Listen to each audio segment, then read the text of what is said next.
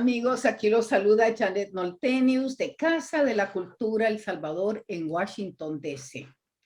Y esta noche tenemos el gran placer de tener con nosotros al escritor salvadoreño Jorge Galán y a su editor José Manuel Moreno desde Paraguay.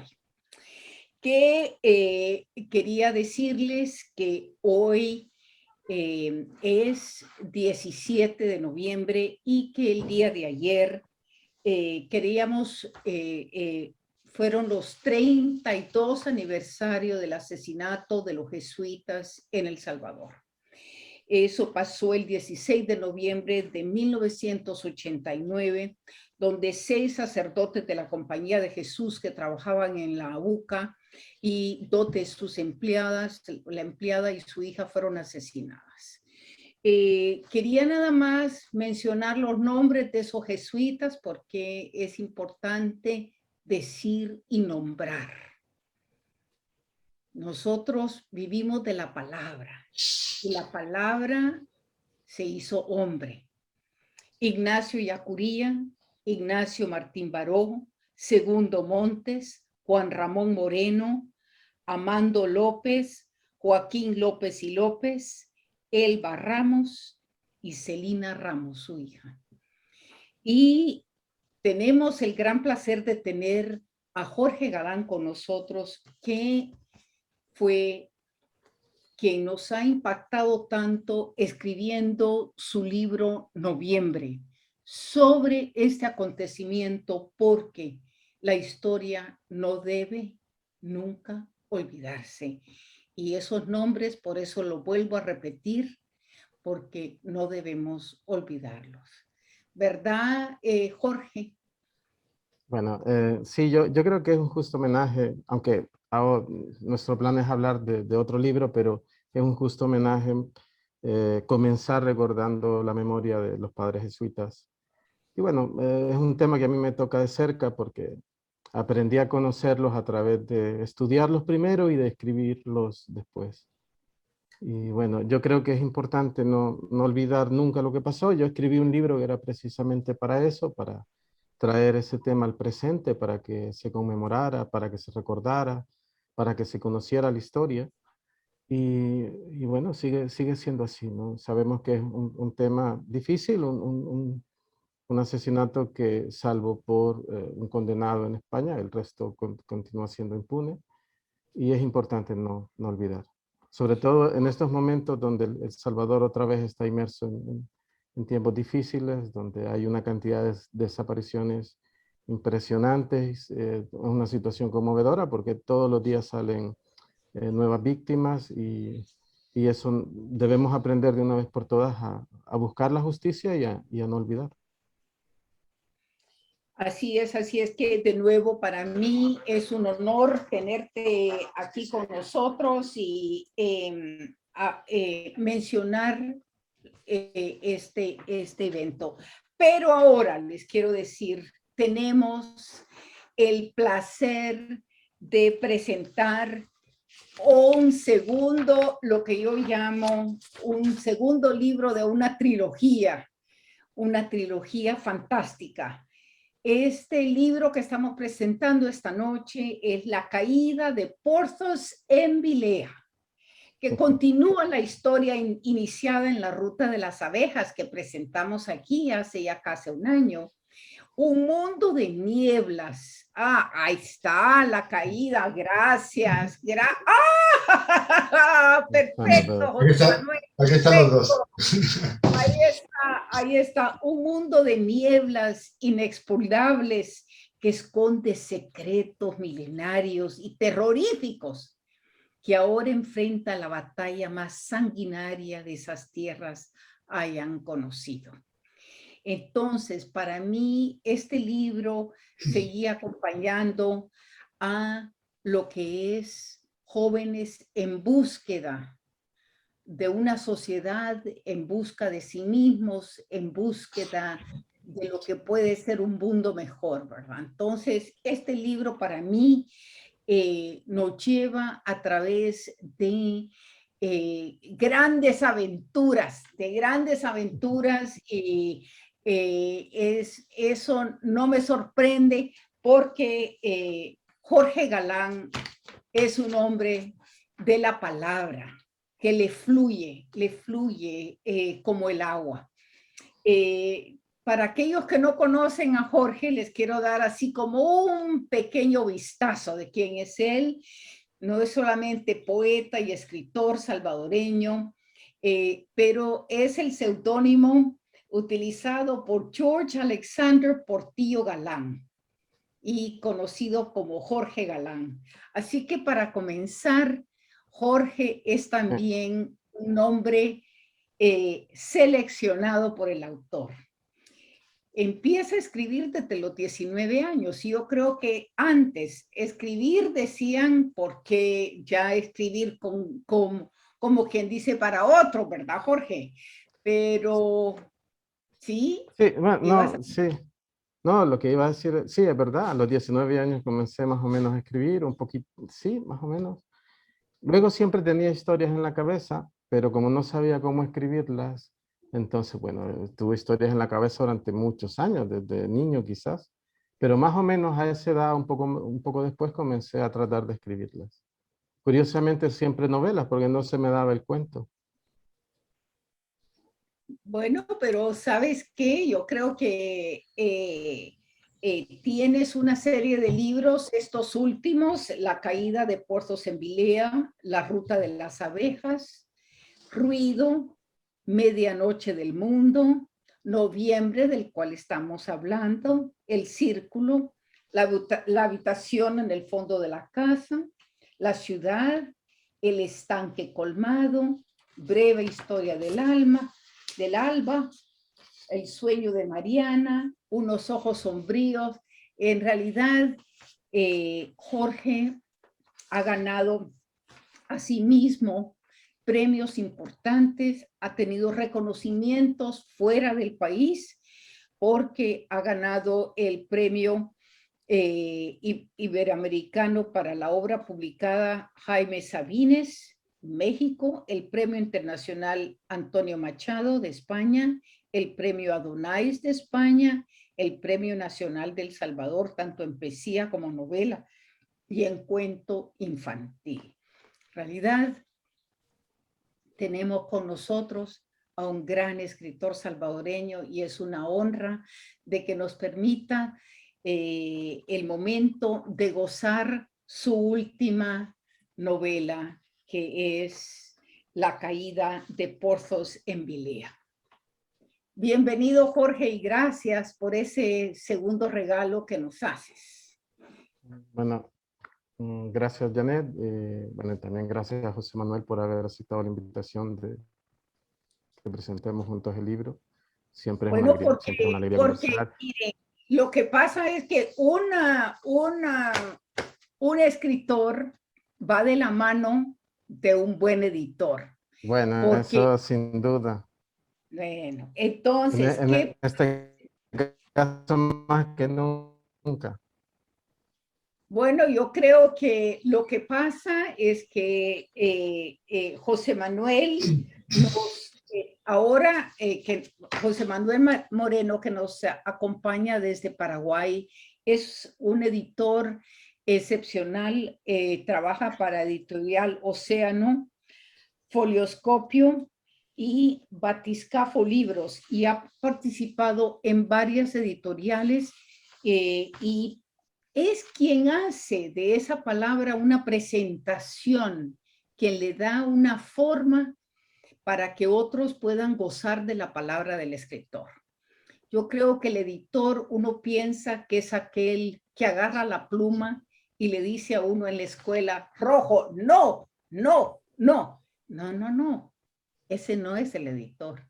El editor es el que entiende al autor y logra darle el valor a cada una de esas frases, a cada una de esas oraciones, ¿verdad, José Manuel? Bueno, Janet, muchos saludos y también muy agradecido de estar aquí contigo y con Jorge.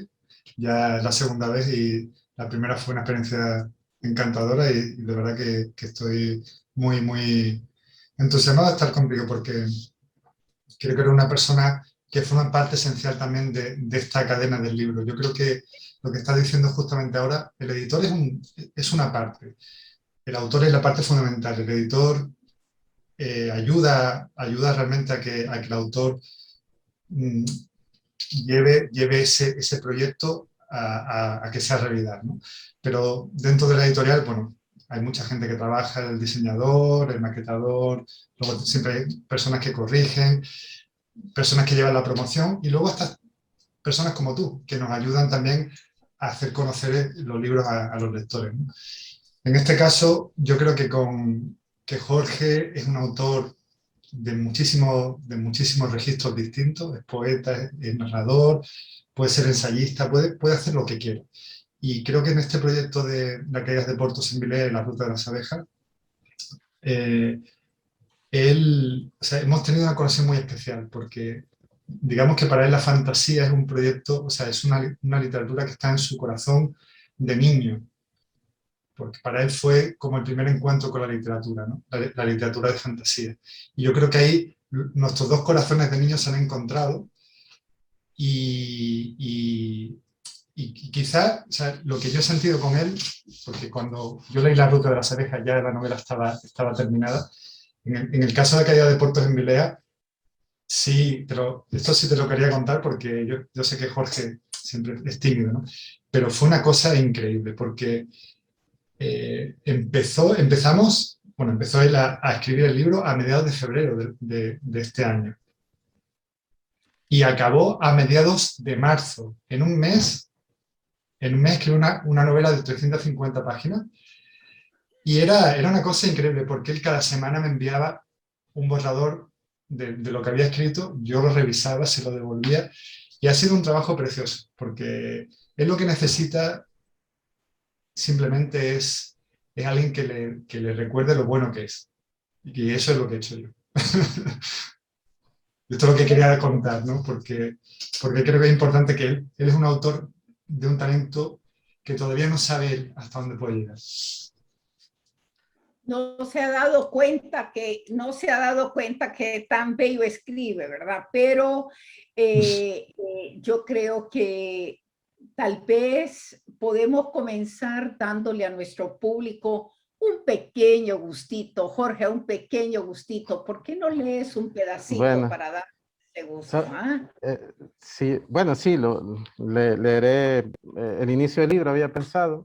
Y luego quería comentar más sobre esa experiencia de trabajar con José Manuel, porque me pasaba, bueno, tenía como un exceso de trabajo de otras cosas y se llegaban los tiempos y estaba como muy preocupado porque no me ponía a lo de la novela, ¿no? Sabía que iba a contar porque estaba completamente diagramada, pero luego es que no llegaba el momento de la redacción y fue un trabajo bestial de ambos, obviamente, de ambos, porque revisar un libro es complicadísimo. Entonces, ese trabajo de correspondencia de semana a semana fue terrible, ¿no? Pero al final, pues el libro pues salió así. Es un poco conveniente escribir de esa manera, pero bueno, fue toda una experiencia. La verdad es que la recuerdo con, no sé, con una mezcla de cariño y locura, ¿no? Porque fue así, fue así. No quisiera que se repitiera otra vez porque es que es demasiado terrible.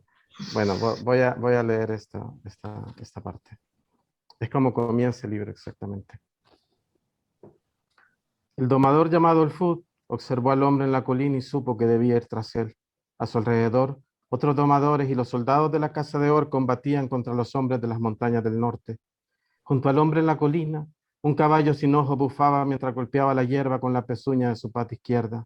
Cuando el domador cabalgó hacia él, el hombre subió a su caballo, le susurró una frase y éste giró y trotó en dirección contraria, colina abajo, a través de la pradera que separaba la colina del bosque.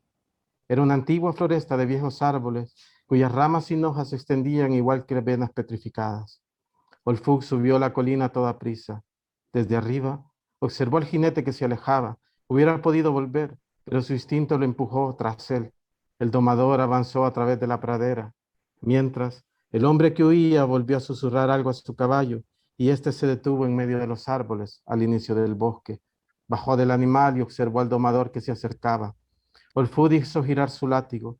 El viento se arremolinó en su punta, volviéndose un tornado diminuto. Cuando estuvo frente al hombre, hizo que el caballo dejara de correr. La bestia bufó, agitada, nerviosa. Otros como yo han caminado antes por aquí, anunció el hombre. Esto dice la tierra, y el polvo no miente, domador. Olfud hizo girar su látigo con mayor rapidez. El tornado creció hasta convertirse en un viento fuerte del doble de su tamaño. La oscuridad se cierne sobre ti, dijo Olfud. Te he visto, hombre de la colina, y eras la muerte misma, la estrella oscura sobre la tierra de los muertos. Anru, ese es mi nombre, y así puedes llamarme si lo deseas, dijo el otro. El domador espolió el caballo con sus piernas y este avanzó al galope, internándose en el bosque tras Anru. Imprudente, susurró Anru para sí. Anru levantó su cayado y susurró unas palabras que explotaron en la cabeza del domador, que no alcanzó a comprender qué ocurría. El día se oscureció para el Fud y pronto le costó distinguir a su contrincante, que se convirtió en una silueta. Las ramas de los árboles se alargaron hasta transformarse en látigos que disiparon el tornado que había creado. El aire trajo un grito. Parecía el de un hombre que acababa de ser atravesado por una espada. Olfut, confundido, miró a su izquierda, pero no pudo ver nada. Otros gritos sonaron a su alrededor. Parecían venir de todas partes, hasta que lo sintió dentro de sí y comprendió que era él mismo quien gritaba. De pronto, sintió un golpe de una de las ramas en la frente y cayó. Aturdido, advirtió que se acercaba una silueta. Sus pasos sonaban tan pesados como los de un gigante descomunal.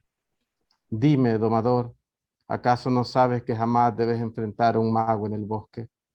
Olfug trató de hacer girar otra vez su látigo, pero Anru asestó un golpe con su cayado que cortó de un tajo su mano derecha. El domador ni siquiera sintió dolor. Contempló el látigo sobre la hierba como algo ajeno. Hace siglos que nadie había visto a uno de ustedes, un poderoso e invencible domador de tornados, y aquí estoy, junto a uno de ellos. Debo admitir que me siento privilegiado, domador. ¿Quién eres?, preguntó Olfut. Te lo he dicho, Anru es mi nombre, y para ti, el destructor del viento, un mago de la oscuridad más allá de la niebla, alguien a quien jamás debiste enfrentar. Anru tomó con su mano el cuello de Olfut, incapaz de mostrar oposición alguna. No muy lejos de ese lugar, otro domador, Balfaraz Aksu, escuchó un lamento en la brisa. Balfaraz hizo girar a su caballo y corrió sin pensar en busca de lo que oía. Un presentimiento se había vuelto una sombra dentro de sí. Poco después, desde la cima de la colina, Balfalaz observó a su amigo Olfut a merced de su atacante. Olfut, gritó Balfalaz, desesperado, y lo hizo una y otra vez mientras avanzaba en dirección al bosque. Anru golpeó al Olfut con su cayado y le destrozó la mano izquierda. Buen hombre, eres solo un buen hombre, dijo Anru. Olfut ni siquiera se quejó por el dolor.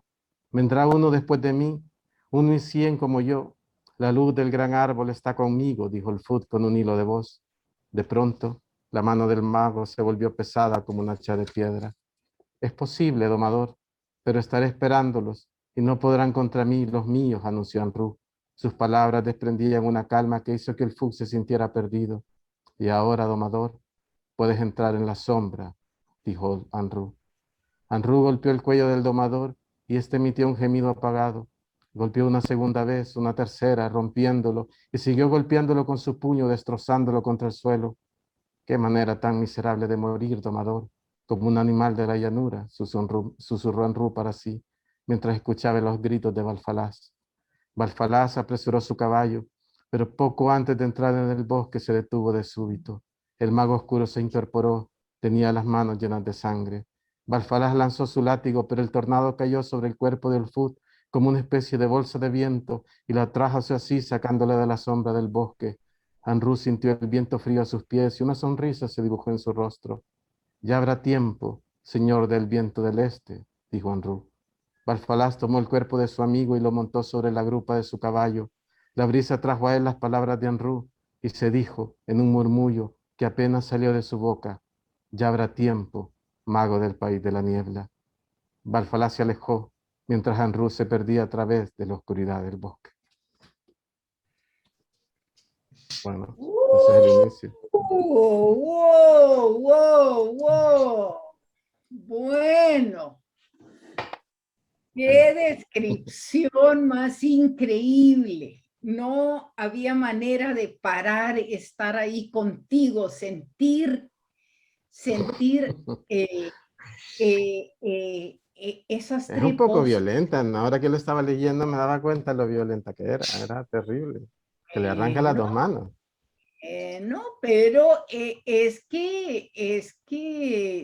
este libro nos muestra el otro lado, la oscuridad, nos muestra esa parte, esa violencia que hemos visto, que hemos vivido, que seguimos imaginándonos también, ¿verdad? Así Sí, yo que, creo que es un encuentro más directo con la violencia. Bueno, el libro habla de una conquista, de una venganza.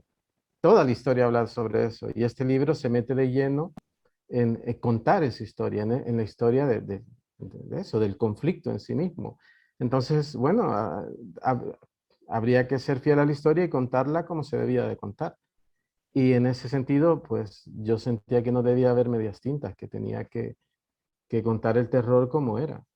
Así que, bueno, yo creo que desde el inicio ya es un reflejo de eso. El libro es un poco distinto al de La Ruta de las Abejas, que es más mostrando el ámbito de donde se sucede todo. no, ahora estamos conociendo a los personajes de verdad, no te, la complejidad de cada uno de esos personajes. ¿Tú qué dices, José Manuel? Sí, para mí ya incluso, bueno, en la cubierta lo vemos, ¿no? El primer libro vemos esta abejita linda, ¿no? Muy mágica. Sí, Y es una portada dulce, ¿no? La segunda portada vemos un barco muy bonito, pero está en llama. Y ya simbólicamente creo que queda claro que pasamos de un viaje, que es el viaje que sigue Tobias Romín a través de la niebla, siguiendo esta ruta de las abejas mormeas, que es una historia muy bonita, misteriosa, llena de aventuras y territorios desconocidos y personajes muy, muy curiosos, pero que en cierto modo se queda justo en el momento en el que empieza algo que viene como un rumor, ¿no? Y ese rumor que viene es el rumor de la guerra, ¿no? De la invasión. Y la queda de Puerto Simbelea es justamente esta invasión de unas fuerzas siniestras. Y también está muy centrado en esta ciudad de Puerto Simbelea porque sufre un sitio, una invasión y un aniquilamiento, ¿no? Y aquí Jorge, pues claro, ha entrado con todo. Ya la novela de por sí es más compleja porque es más larga, ¿no? Son casi 80 páginas más y hay muchas tramas narrativas paralelas, muchos personajes nuevos que no conocíamos. Los personajes que sí conocemos, como dices, Janet, empezamos a ver más su profundidad. Pero yo lo veo un poco, tenemos que hablar siempre de Tolkien, aunque para mí esta trilogía es totalmente original y única, la forma que la escribe Jorge Ana, pero en Las Dos Torres sucede un poco esto, ¿no? Los personajes se dividen, cada uno tiene que hacer algo distinto, ¿no? Cumplir con un cometido y ir a buscar ayuda, encontrarse en territorios distintos. Yo creo que aquí Jorge lo que ha hecho es justamente esto, ¿no? Dividir mucho las tramas, dar lugar y un protagonismo muy importante a Anru, que es un mago oscuro, que está acompañado esto yo creo que deberás contarlo, de tres hijas hechiceras, brujas terribles. sí, Y hay una cosa que a mí me gustó desde el principio en la ruta de las abejas, y es que todos los personajes hacen mucho uso de la intuición y de los sentidos, ¿no? Porque constantemente están hablando de algo que se comunica en el aire, que se comunica en el olfato, en la vista. Y todas esas sensaciones de lo que llega y no se sabe lo que es, pero que la gente presiente, es muy importante. Y ahí también hay una fuerza oscura y malévola que también altera a los personajes, ¿no? Como a los devoradores de serpiente, es un pueblo pacífico que de repente se convierte en un pueblo agresivo, ¿no? Y yo creo que aquí Jorge es donde consigue algo muy poético, ¿no? No sé si quieres contar esto, ¿no? sí. Bueno, Sí, Jorge. No, sí, lo que quería decir era que, a ver, la intención de la novela era estar a ambos lados. Bueno, es un continente dividido por un territorio de niebla. Y esta novela, esta segunda novela, las situaciones ocurren tanto a un lado como al otro. Yo recuerdo que a la hora de diseñar la trilogía completa, me di cuenta en algún momento que no podía comenzar, eh, que en el libro 2 recién en el libro 2 tenía que presentar esos dos momentos, porque si lo hacía en el libro uno aquello iba a ser demasiado confuso, porque iban a ser demasiados personajes presentándose al mismo tiempo. Así que bueno, de alguna manera pues llegué a esa conclusión y yo creo que funciona mejor porque los personajes pues están divididos porque están pasando cosas en ambos lados de la niebla, pero como a los principales, a Lobías, a Lóriga, a Nu, a Balaví, los conocemos del libro uno, bueno, pues eso es algo que nos es más familiar cuando leemos ya el libro 2. Y empezamos a conocer los personajes que están tanto en las islas como en Puertos en Vilea, que es en el extremo del continente, que es, o sea, que es atacado, ¿no? Y el libro va sobre eso, sobre el ataque que sufre esta ciudad y su caída, porque bueno, se titula así, ¿no? No hay dónde esconderse, o sea, cae, ¿no? Y bueno, es una invasión que comienza ahí, pero que en el libro 3 nos damos cuenta cómo sigue en todas direcciones del país de Trono y Paz, que es el país donde es nuestro héroe Lovías Runi es originario. Bueno, yo creo que para el público le estamos dando simplemente un pequeño sentimiento de lo que puede ser la complejidad de esta trilogía y la importancia de leer La Ruta de las Abejas primero. Aunque creo yo que este segundo libro nos prepara para el tercer libro, me imagino, ¿verdad? Me imagino nada más, porque el único que Bueno, sabe cómo está saliendo es Jorge. no, no voy a dar spoilers, pero sí, No, claro, claro que el final del no, libro prepara para lo que viene, sí, sin duda. El claro. final es tremendo, ¿eh? El final de la calle Puerto de Belea es buenísimo. Te deja como dicen allá en Estados Unidos, en un cliffhanger total, porque ocurre algo tremendo y Lobías en ese momento hace una afirmación importante como personaje, que yo creo que es una de las cosas interesantes del personaje de Lobías. Justamente este fin de semana fui al cine, que hacía tiempo que no iba, vi la película Dune, no sé si la habéis visto. Sí, a mí me Dune, gusta mucho. Dune, Eh, del libro Dune, Sí, sí, ajá. sí, sí. bueno, y me gustó, estuve pensando en el paralelismo, ¿no? Entre Paul Atreides y Lovias Romin, que son dos elegidos. En el caso de Paul Atreides es un elegido que se sabe, ¿no? Que es el hijo de un gran rey, de un gran príncipe, que tiene que ser un heredero y que él de alguna forma no quiere ser parte de eso, ¿no? Porque piensa que no es, se quiere escapar de esto, ¿no? En el caso de Lovias Romin no es así, es un elegido, pero que nadie piensa que lo es, ¿no? Y que ni él mismo lo cree, ni siente el apoyo de nadie, ¿no? Pero poco a poco la historia, él va sacando un valor que no conoce y unas actitudes que no conoce. Y se va convirtiendo en el héroe que tiene que ser. Y es una forma muy interesante de ver ese proceso transformador del héroe, ¿no? Que tiene que llevar a cabo toda una serie de luchas, superar una serie de obstáculos y en todo ese proceso llegar a un proceso transformador de sí mismo y convertirse en el verdadero héroe. Y yo creo que lo interesante en este segundo libro, creo que quizá la ruta de las abejas vemos a Olovia un poco más, pues no sé, más inocente, más infantil, y aquí hay un proceso de maduración muy interesante del personaje. ¿No? Ese autodescubrimiento también, creo yo, ¿verdad? Sí. Me encanta lo que dijiste, José Manuel, acerca de cómo los personajes tienen que aprender a sentir el instinto, qué es lo que les dice, ese estómago, qué es lo que sienten, lo que huelen, lo que perciben, y aceptar eso, aunque todo lo demás te diga que no, aceptar ese destino, aceptar ese momento. Eso es, yo creo que todos nos podemos identificar, como hay veces lo racional te dice no, no, no, no, pero lo instintivo te dice sí, sí, sigue en eso, ¿no? Rompe. Yo creo que esa es una realidad poética, ¿no? La poesía tiene mucho que ver con eso, bueno, sobre todo cuando hablamos y pensamos en poesía antigua, que un poeta era un vidente también. Y yo creo que está permeada toda esta historia, en última instancia, bajo esos conceptos de poesía antigua.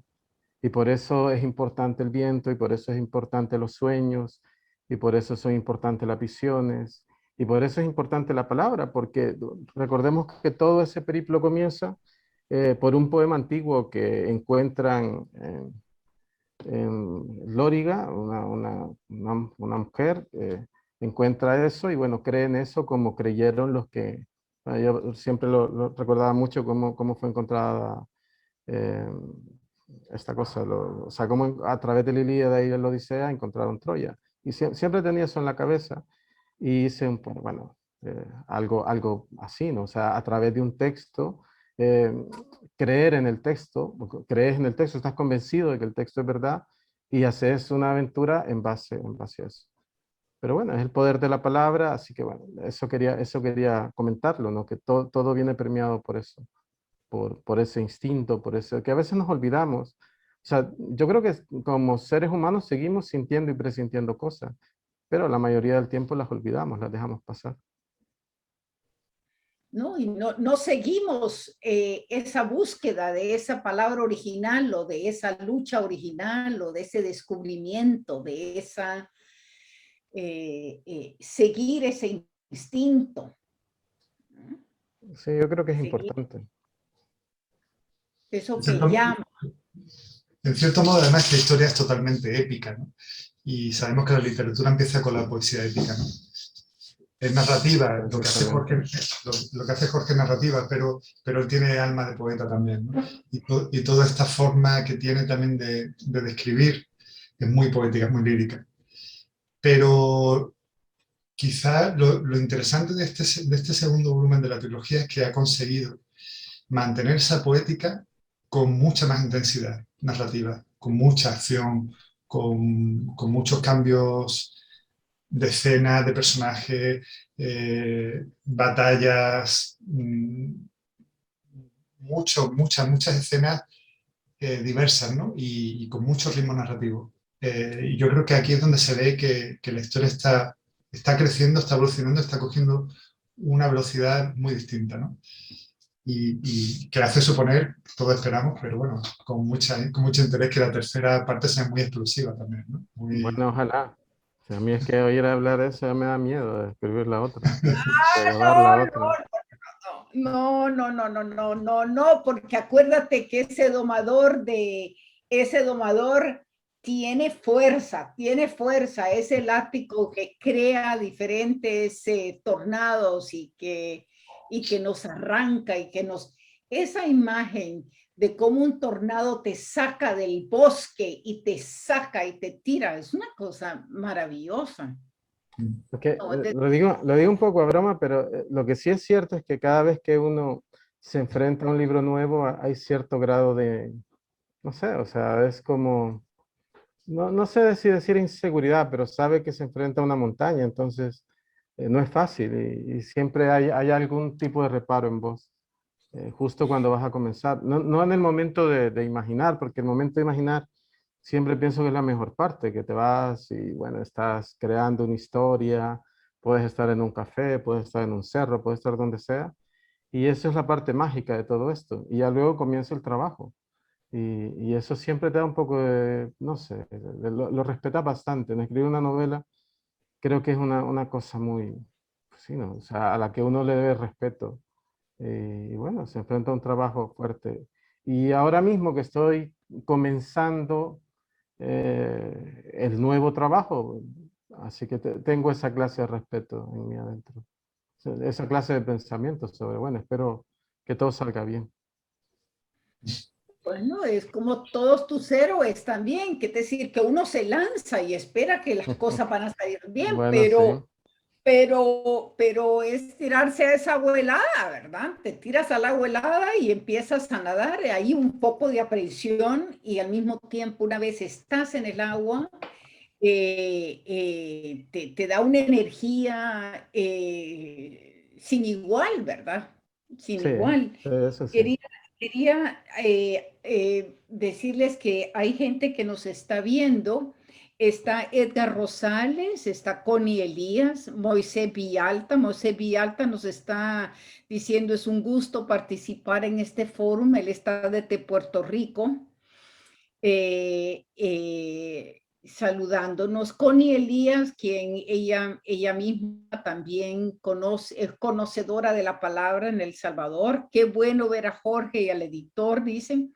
Yo leí Noviembre, la narrativa es muy buena, me pareció un gran trabajo, 2 historias y 2 lenguajes en paralelo.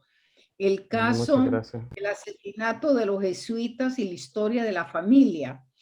Lo que más me agradó no me agradó para nada, supongo que es el asunto de la casa editora y no del escritor que usa nombres que los salvadoreños no usamos. Por ejemplo, almacén para referirse a las tiendas de las colonias en los barrios nuestros. Fíjate, Bueno, sí, eso son cosas editoriales. Sí.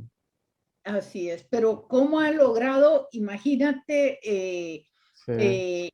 Connie verdaderamente leyó en noviembre con grandes miras, viendo los detalles, ¿verdad? Gracias, Connie. Aprovecho para mencionar que la palabra mexicanos yo la había escrito originalmente con J, pero en la editorial la cambiaron. Es que aquí hay un municipio que se llama Mexicanos y se escribe con J. Pero cuando vi el libro, la versión final, ya impresa, pues venía escrita con X. Claro, pensaron que era un error. Pero bueno, son cosas que pasaron hace mucho tiempo, pero que no se me olvida nunca. Bueno, yo no fui Claro. el editor, yo no fui el editor de Noviembre. Sí, por suerte. Civil está con nosotros, C.I. Rivera también, Félix Nelson Navarrete, felicidades, leí Noviembre, Jorge, interesante, basado en hechos reales. Ana María Delgado, Félix Nelson Navarrete dice, cada vez aprendemos bastante, felicidades, gracias, Galán y a Moreno.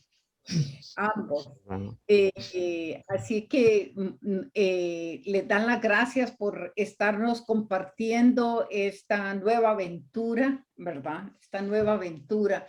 Y hablando de nueva aventura, yo quisiera que nos leyeras otro pedazo, Jorge, y que nos leyeras más despacio, porque acuérdate sí. que estamos, el público no está tan familiarizado con esas imágenes y hay que, como un manjar, hay que saborearlo. Bueno, bueno, había preparado un segundo texto para leer y bueno, voy a tratar de hacerlo lo mejor que pueda. A ver, sí, Simplemente lo leíste muy bien, pero sí. queremos saborear las imágenes. Bueno, sé que a veces me pasa, pero es que no me doy cuenta, pero bueno, a ver. A las afueras de un pueblo llamado Tembri del Sur, 3 hermanos, 2 varones de 9 y 7 años y una niña de 5, pasaban la mañana junto al arroyo poco después de recolectar bayas en unos arbustos cercanos. La niña lavaba la fruta cuando sintió un leve aroma que llegó con la brisa. Era tan agradable que casi podía saborearlo. Entonces, observó un destello en el agua que también percibieron sus hermanos. Eran 2 seres luminosos, no más grandes que sus pequeñas manos infantiles. Una de ellas, que hacía equilibrio sobre una rama, giró el cuello para verlo, sonrió y de inmediato agitó sus alas transparentes para volar en dirección al arroyo. La otra, que no estaba lejos y bebía de una flor, la siguió. Eran veloces como relámpagos. Los 3 corrieron tras ellas, pero fue en vano. Al cruzar a la orilla opuesta del arroyo, desaparecieron entre unos arbustos, antes de volver a salir y perderse bajo el agua. Los tres hermanos deambularon un buen rato mirando entre los sedimentos del arroyo, tratando de dar con ellas, y fue entonces cuando encontraron a la mujer. Reconocieron de inmediato que no se trataba de nadie que perteneciera a los pueblos de las colinas aledañas al bosque, pues no vestía como uno de ellos. No poseía un grueso abrigo de lana o botas. Su cabello no estaba recogido en una trenza, ni tenía manos arrugadas y sucias por el trabajo, sino que eran delgadas y limpias, y su piel parecía suave y cuidada. Su rostro era el más hermoso que hubieran visto nunca. ¿Acaso buscan a los seres del agua?, preguntó la mujer. ¿Es usted la reina de las hadas?, preguntó la niña. Son escurridizas y veloces como la corriente del arroyo, siguió la mujer. Yo soy Bran y las he visto sumergirse en el agua. Puedo jurar que fue así, dijo el niño de 7 años. Mi nombre es Lida y no necesitas jurarlo. Yo misma las vi hacerlo. Y luego las vi brillar como rayos de sol bajo la corriente. Se han marchado ya, lo cual es una pena. Qué lástima, dijo el niño de mayor edad. Mi nombre es Nut, como mi padre y como mi abuelo. ¿Sabe, señora? No es fácil ver hadas por aquí.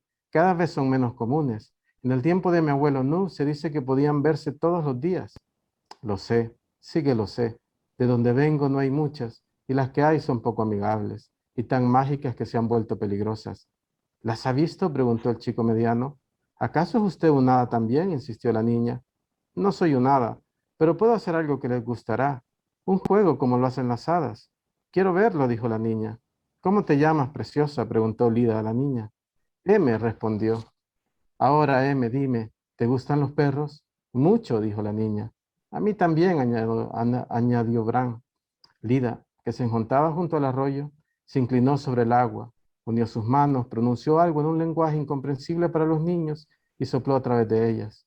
Entonces, el agua del arroyo pareció detenerse o retroceder. Se formó una especie de ondulación y de pronto surgió una ola con la forma de un perro que corrió sobre la superficie hasta que de un salto se sumergió otra vez en las aguas. Los niños quedaron asombrados. «¿Es usted la reina de las hadas?», gritó la niña y tomó las manos de Lida. «Sí que lo es, lo es». «¿Cómo lo hizo?», preguntó Nut. «Ha sido increíble», exclamó Bran. «¿Quieren saber cómo lo hice?», preguntó Lida, y los niños respondieron que sí al unísono. «Creo que les contaré una historia, pero mientras lo hago, debemos comer las bayas y recostarnos en el piso de hierba. No hay nada mejor que eso». Al decirlo, M se tendió de inmediato. Lida la siguió y sacó de quién sabe dónde un lazo. «¿Te gusta, M?», preguntó a la niña. Era un lazo dorado que brillaba como el cabello de la propia Lida. «Es muy bonito», dijo. Lida hizo que M se sentara y empezó a peinar su cabello. Los chicos se sentaron junto a ella y dejaron en el centro la canasta de bayas. Lida alargó la mano y tomó una. «Están deliciosas», dijo, y siguió peinando a la niña, trenzando su cabello con el lazo. «Sí que lo están», confirmó Bran. «Las hemos recogido hace un momento», dijo Nut. «Pues están deliciosas. Y ahora díganme, ¿les gustan las historias de oscuridad? ¿De la oscuridad?» Los niños se sintieron desconcertados por la pregunta, pero Nut dijo: «Me gustan todas las historias. Mi abuela nos ha contado muchas historias. Y papá también», agregó Bran. «A mí también me gustan todas las historias», dijo M. «Así me gusta», dijo Lida. «Así me gusta, chicos. Ahora cierren sus ojos y escuchen mi voz». Eso parece una escena amable. Ay, yo tengo miedo de que algo va a pasar. Parece una escena muy amable. Ah, una escena muy linda, todo muy lindo y de repente yo Sí, sentí ella es una de las brujas oscuras que ha llegado a la región. No puedo decir más.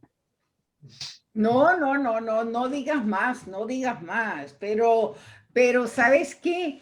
Esa, ese lazo, yo lo sentía por aquí, así como quien dice, como que me estaba acariciando demasiado suavemente. Sí, bueno. Así es que, como pueden ver, querido público, es un placer leer a Jorge porque nos pone directamente en las escenas. Hemos visto cómo ha logrado sacar del agua ese perro que ha saltado. Hemos visto cómo nos ha hecho ver a esas hadas que saltan, que se desaparecen en los arbustos. La verdad que em, es un placer entrar en el mundo de la fantasía y gozar cada minuto, O Jorge, sea, cada yo minuto. le contaba a José Manuel, pues se lo habré contado, porque me gustaba ir mm, más o menos como a las 5 de la tarde. Yo vivo en un lugar que atrás está la cordillera del Bálsamo. Entonces, bueno, hay una especie de, le llaman parque, pero en realidad no es un parque, sino que es la cordillera en sí misma. Y me encantaba ir como a las 5 de la tarde, iba, escribía alguna, o sea, hay mucho bosque en esta novela, hay mucho bosque, muchas cosas que suceden en los bosques, ¿no? O en los trechos boscosos cerca de los pueblos. Y me gustaba mucho sentarme en una mesa que hay allí, en medio o sea, de la vegetación, ¿no? De los grandes árboles, de los pinos que hay aquí en la cordillera, y escribir, ¿no? Al amparo de todo eso, de los sonidos, de todo eso. Y me inspiraba mucho, me daba mucho, sobre todo cuando comenzaba a oscurecer, que aquí oscurece muy pronto, sobre todo en cierta época del año. Alguna vez, bueno, estaba escribiendo ciertas escenas un poco sombrías y tenía que voltear a mirar hacia atrás porque sentía una cosa muy fea, ¿no? Que venía de la sombra del bosque. Y nunca me quedaba hasta que era totalmente oscuro. O sea, cuando ya comenzaba a oscurecer en verdad, pues ya. Sobre todo porque es que no había nadie y no había absolutamente nadie. Y bueno, pero no sé, a veces creo que esas cosas, esa comunión con la naturaleza de esa manera, al final te provee muchísimas cosas. Lo digo de verdad, o sea, son experiencias muy bonitas.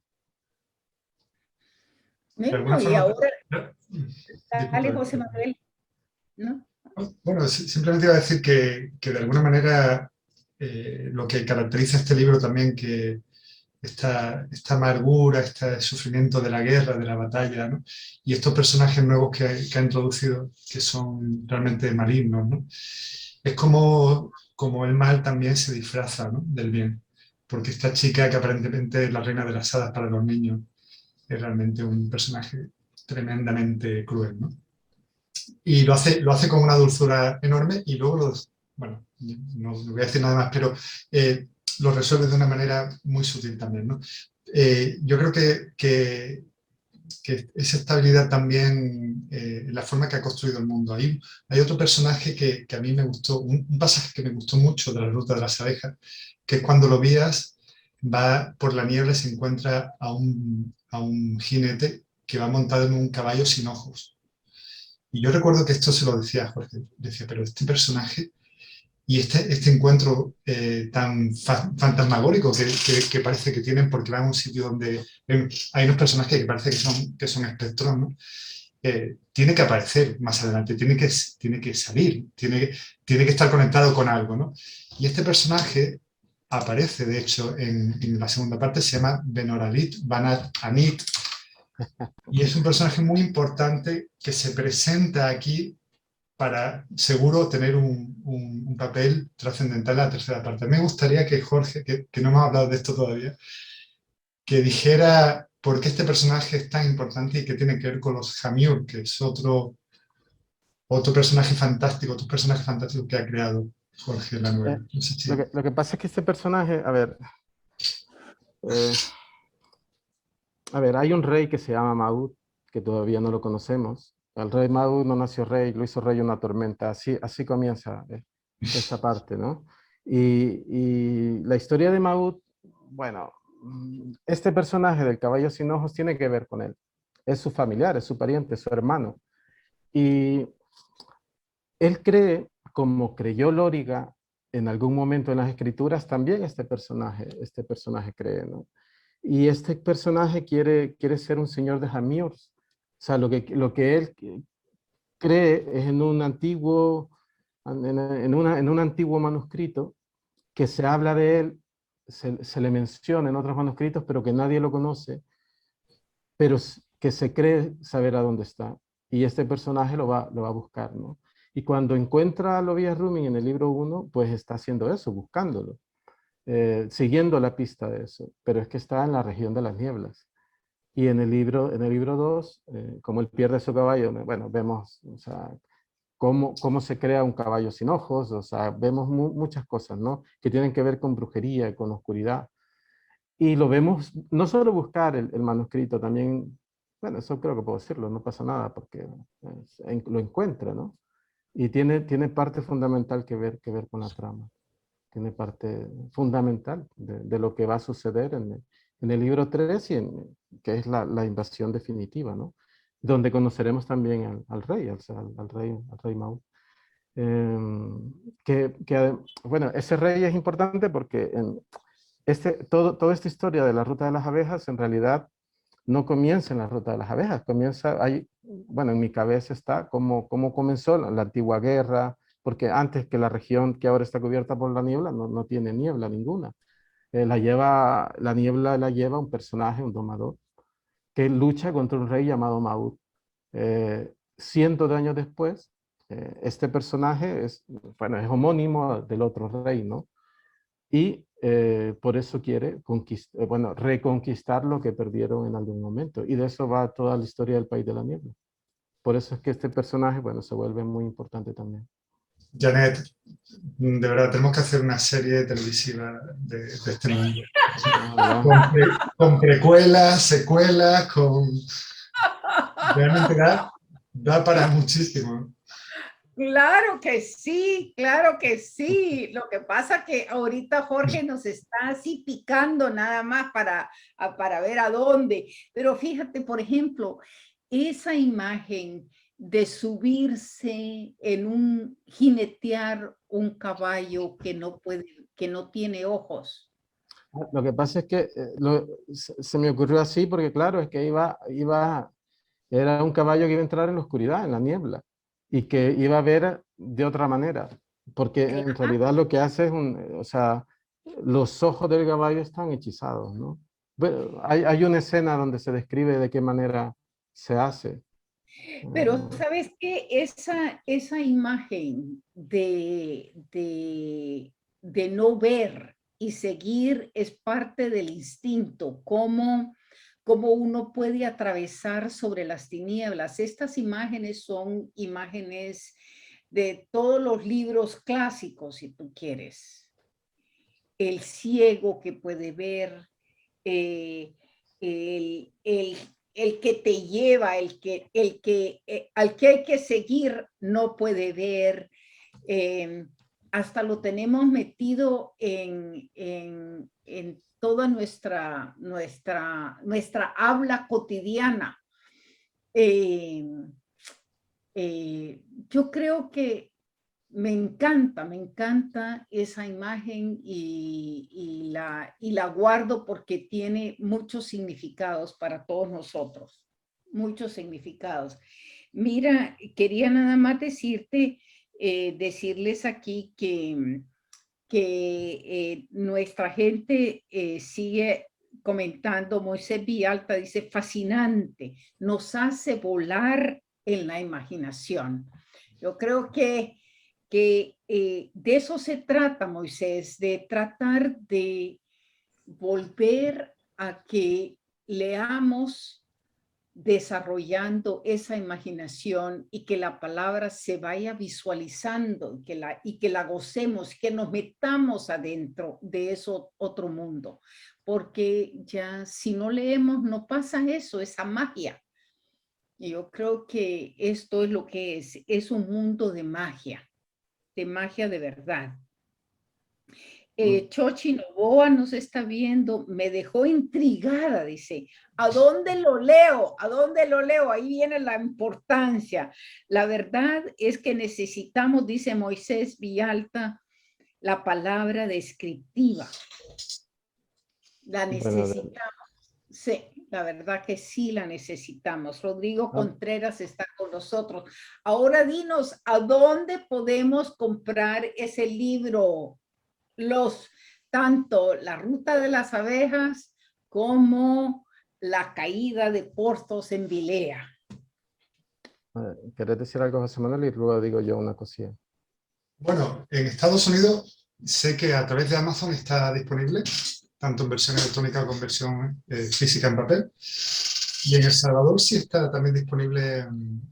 Sí, bueno, en Barnes Noble, Amazon lo tienen en Estados Unidos, me he dado cuenta. Sí, y en El Salvador, por suerte, bueno, la ruta de las abejas ha estado desde el año pasado y la caída de Puerto Jubilea pues acaba de llegar. Llegó la semana pasada, así que bueno, pues una maravilla. Me alegró Ha mucho que ya llegado, estuviera el libro de acá. Ujú. bueno, ha Me alegró llegado a mucho. tiempo para que regalemos todos Y esos Navidad, 2 libros. Así es, para los jóvenes que se metan a ese mundo y nosotros también nos volvemos jóvenes y renovamos la imaginación, ¿verdad? Así que para mí eso es de vital importancia y quería ahora pues que José Manuel nos diga unos últimos comentarios para cerrar esta noche. Bueno, pues de verdad, Janet, es un placer hablar contigo, con Jorge. La verdad es que esto se siente como una charla entre amigos y es lo bonito realmente de este trabajo, que uno pueda sentarse a hablar con amigos de por qué nos gusta la literatura, por qué es necesaria.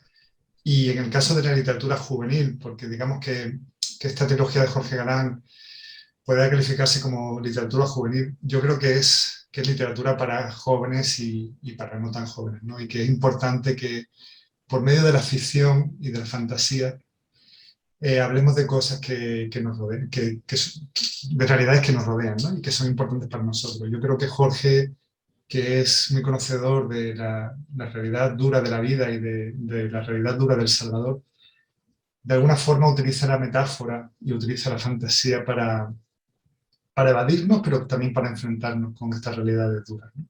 Y bueno, yo animo a que todos salvadoreños y no salvadoreños lean a Jorge. Los salvadoreños más porque yo creo que tienen mucho motivo para sentirse orgullosos de tener a este grandísimo escritor que puede llegar y llegará mucho más lejos y bueno, hay que defenderlo a ultranza, ¿no? Y para mí también como editor encontrar un autor de fantasía en lengua española es pues, realmente algo milagroso, ¿no? Alguien que escriba a este nivel y en nuestra lengua, ¿no? Qué bien, qué bien. Gracias, gracias José Manuel por eso, porque la verdad no hemos conocido mucho, como tú dices, escritores en la lengua castellana hablando de fantasía y con una descriptiva tan maravillosa como la de Jorge. Y Jorge, ¿tú con qué cerramos esta bueno, noche? a mí me parece pues una alegría, ¿no? Esta pequeña tradición nuestra que presentamos el libro 1, ahora el libro 2, y espero que el año que viene presentemos el libro 3, que bueno, que es muy bonito esto. Es muy bonito y te lo agradezco, Janet, y agradezco a José Manuel por la amistad, el trabajo, que estos libros no serían lo mismo si tuvieran otro editor, estoy completamente seguro. Y bueno, agradezco también tu trabajo, que siempre estás en el pie del cañón haciendo tantas cosas por nuestra gente ahí en DC. Así que bueno, pues muchas gracias. Nada más les agradezco a ustedes y bueno, a la gente que nos ha escuchado también. Muchísimas gracias a ustedes todos, ha sido un verdadero placer y sigamos con la lectura porque eso es el alimento al alma. Y gracias a todos que nos han estado con nosotros esta noche, muchas felicidades y nos veremos en la próxima discusión sobre la literatura. Y tenemos les quiero decir, ya que este domingo tenemos una presentación fabulosa del doctor Héctor Lindo Fuentes, que sí nos trae de nuevo la historia de su libro 1921, que lo va a presentar. oficialmente y va a ser muy, muy divertido. Así es que adelante, muchísimas gracias a todos. José Manuel, felicidades. Jorge, como siempre, un placer. Buenas noches. Buenas noches. Buenas noches. Muchas gracias, Janet. Muchas gracias a todos. Gracias a ustedes.